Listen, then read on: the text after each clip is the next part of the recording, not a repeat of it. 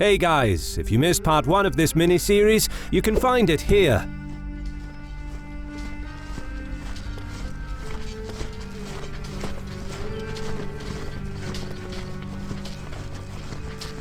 By September 12th, groups of peasants trickled into Nicopolis, fleeing from the several pillaged towns to the west in the despotate of Vidin.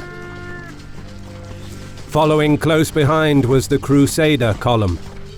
The main camp was established just east of the city, close to the Danube riverbank, with a separate camp for prisoners nearby. Half of the supply fleet followed close by, moving to blockade the port, while the troops started deploying to encircle the city. The inhabitants were gripped with fear, but the commander ordered his well-drilled garrison to their stations on the walls. The siege had begun.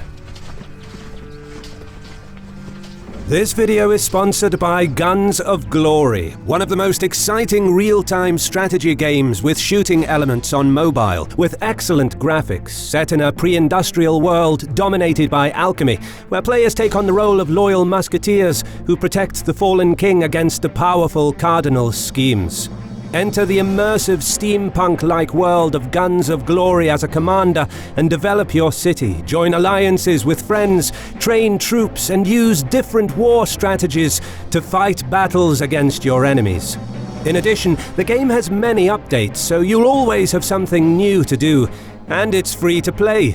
Best of all, for Guns of Glory's 3rd anniversary, the developers are organizing in-game events with multiple fun awards, so now is the perfect time to join in. Download Guns of Glory using the link below and enter my creator code to get an awesome starter pack and enter a giveaway for a chance to win $50 Amazon gift cards. Join the war between justice and evil in Guns of Glory.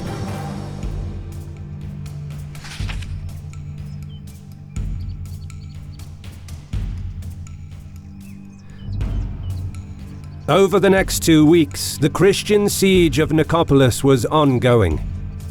The well-fortified city was largely impervious to direct assaults, and the garrison determined that surrender was not an option.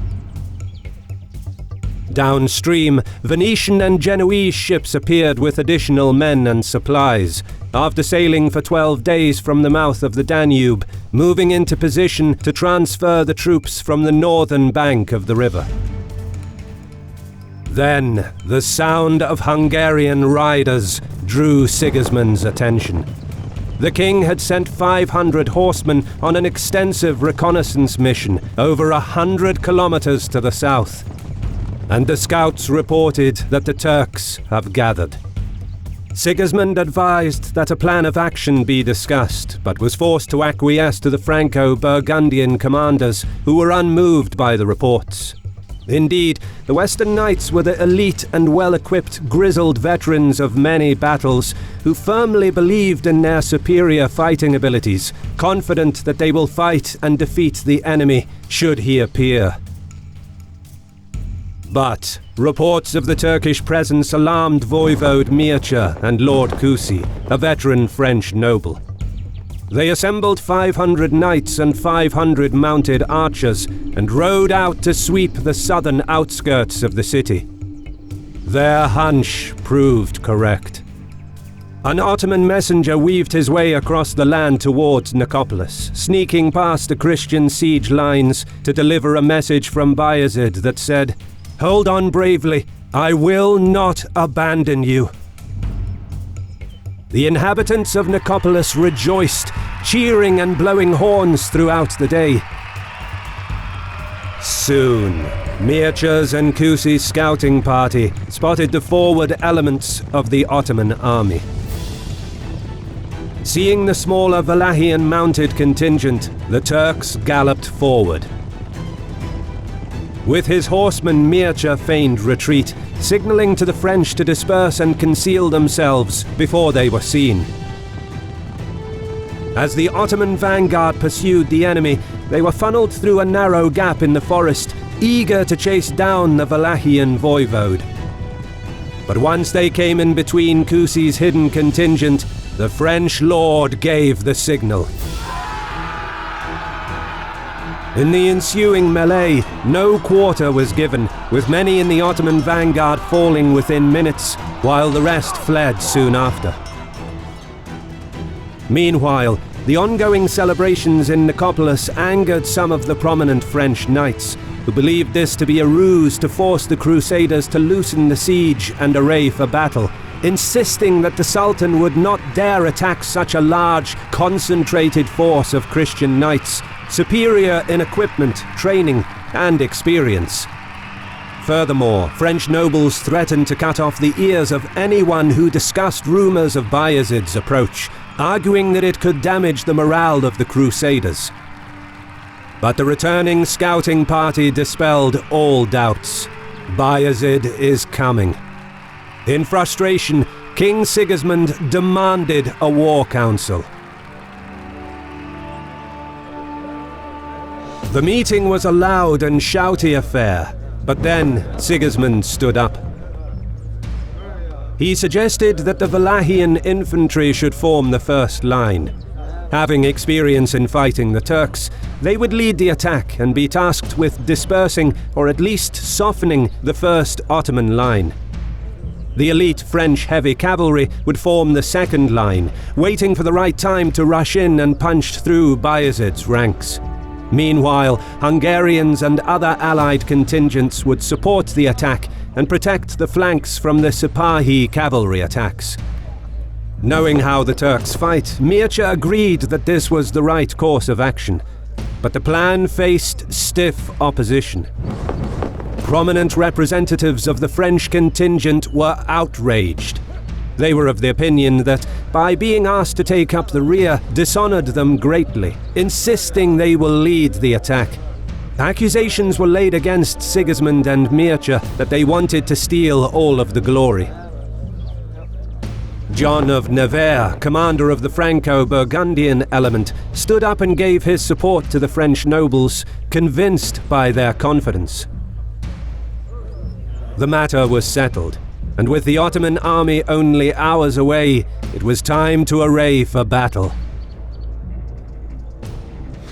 As they deployed at daybreak, the Crusaders left a token force to continue the siege, before summarily executing the 1,000 or so prisoners taken at Rahovo, fearing a possible rescue attempt by the garrison in Nicopolis during the attack on Bayezid's position. Neither army enjoyed numerical superiority.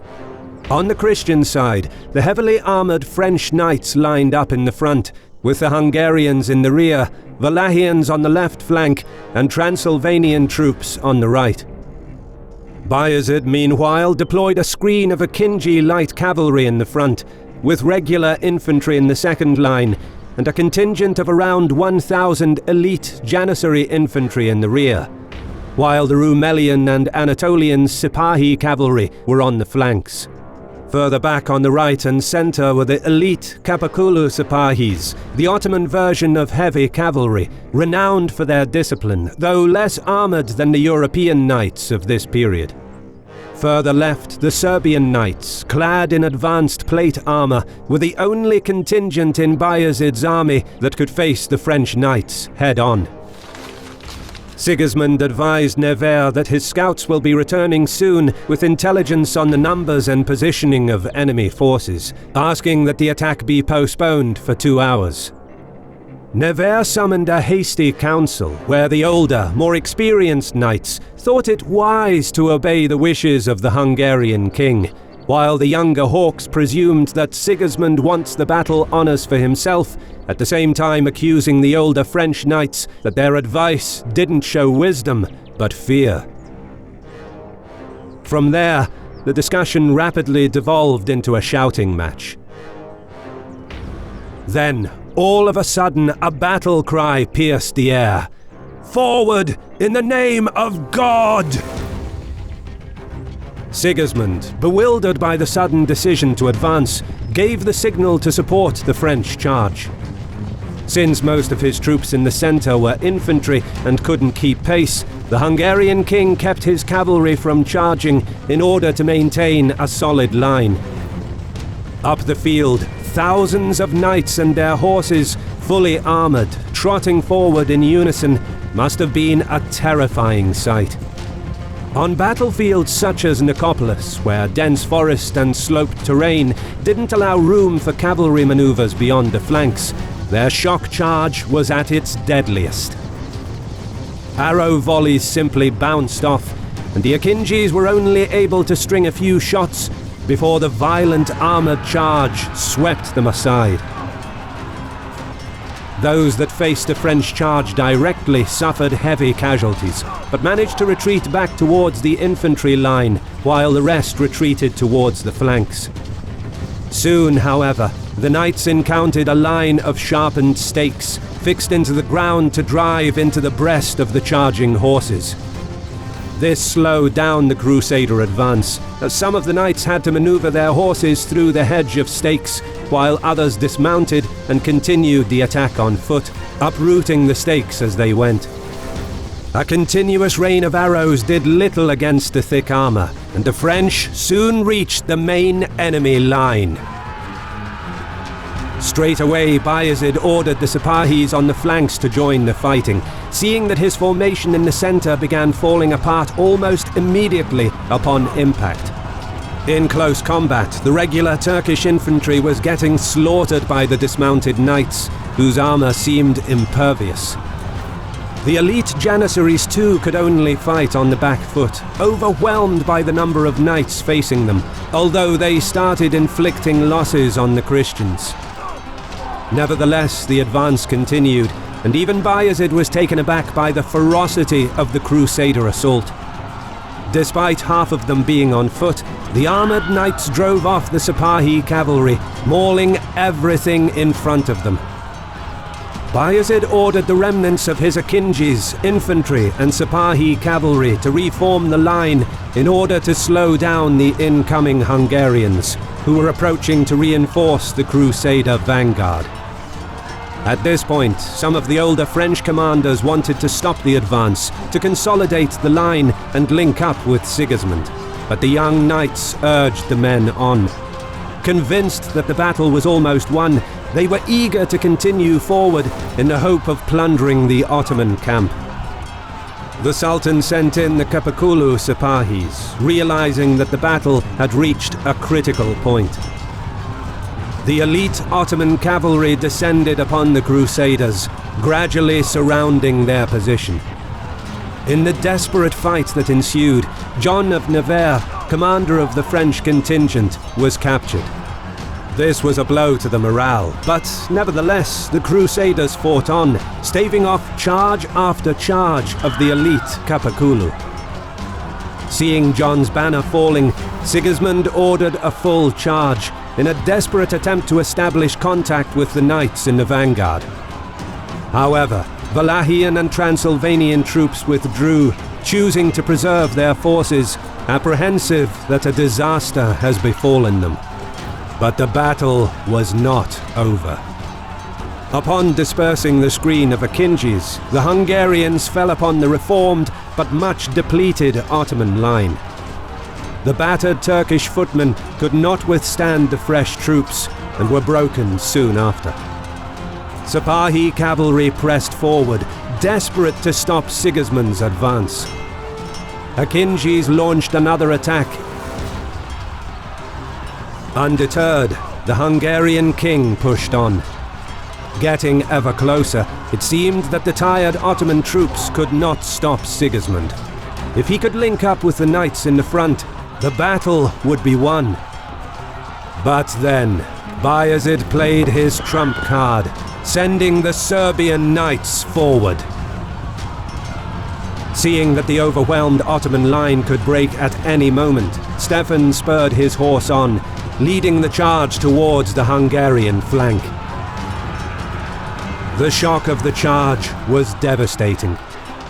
Serbian knights ploughed through the enemy, causing Sigismund's right flank to collapse within minutes, stopping the Hungarian attack dead in its tracks.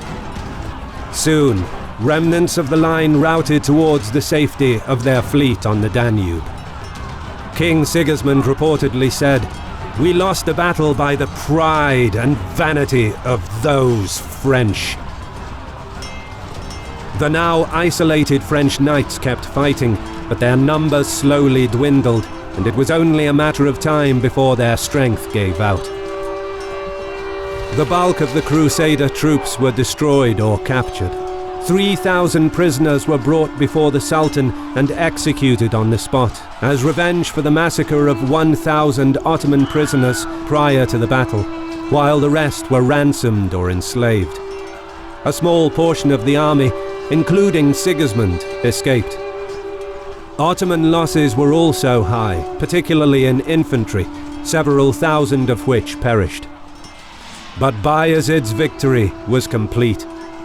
Memories of Nicopolis would discourage any Western European intervention against the Ottomans for centuries to come, while the Hungarians and Wallachians continued the struggle along with remaining pockets of Greek resistance. The utter defeat of the Crusaders at Nicopolis ended any chance of rolling back the Ottoman tide in Europe, who maintained pressure on Constantinople, tightened their control over the Balkans, and would go on to become a great threat to Central Europe. Credit goes to our awesome patrons who make videos like this one possible. Consider joining them to support our work. You can also support us by subscribing to our channel and clicking the bell button to get notified when our new videos are released. And as always, thank you for watching.